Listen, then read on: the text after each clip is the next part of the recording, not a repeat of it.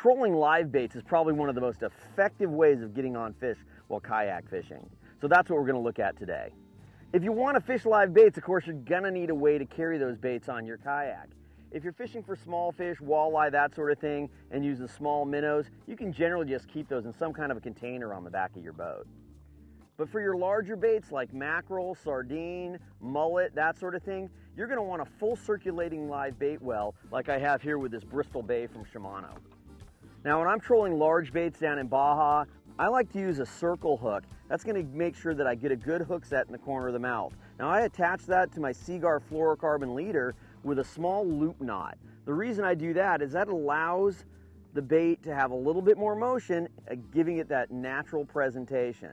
I'll put that circle hook either sideways across the nose of the bait or in the back of the collar, just behind the head, usually even with the top of their gill plate.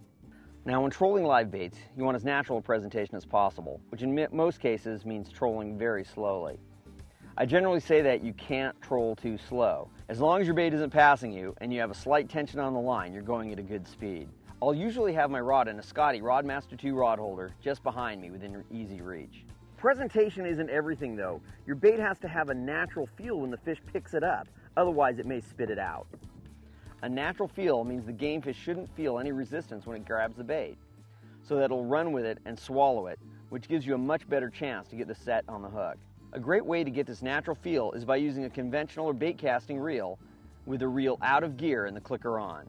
Now if you haven't used conventional reels with clickers before, basically what that means is you have this little button here that you slide in. So the reel is out of gear, clicker on, so when the fish picks it up, it can take line, but that clicker is putting enough pressure there to hold your bait in place.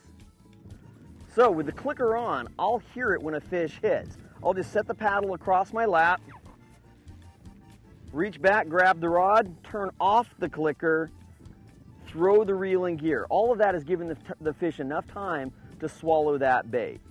Throw it in gear, and with a circle hook, don't set the hook, just wind as fast as you can.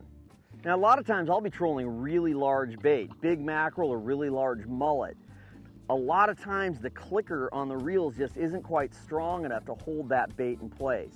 Because of that, I really like to use a lever drag reel. With a lever drag reel, you can just bump the reel slightly into gear to hold the big bait in place, but it's still loose enough so the fish can hit and run away with it.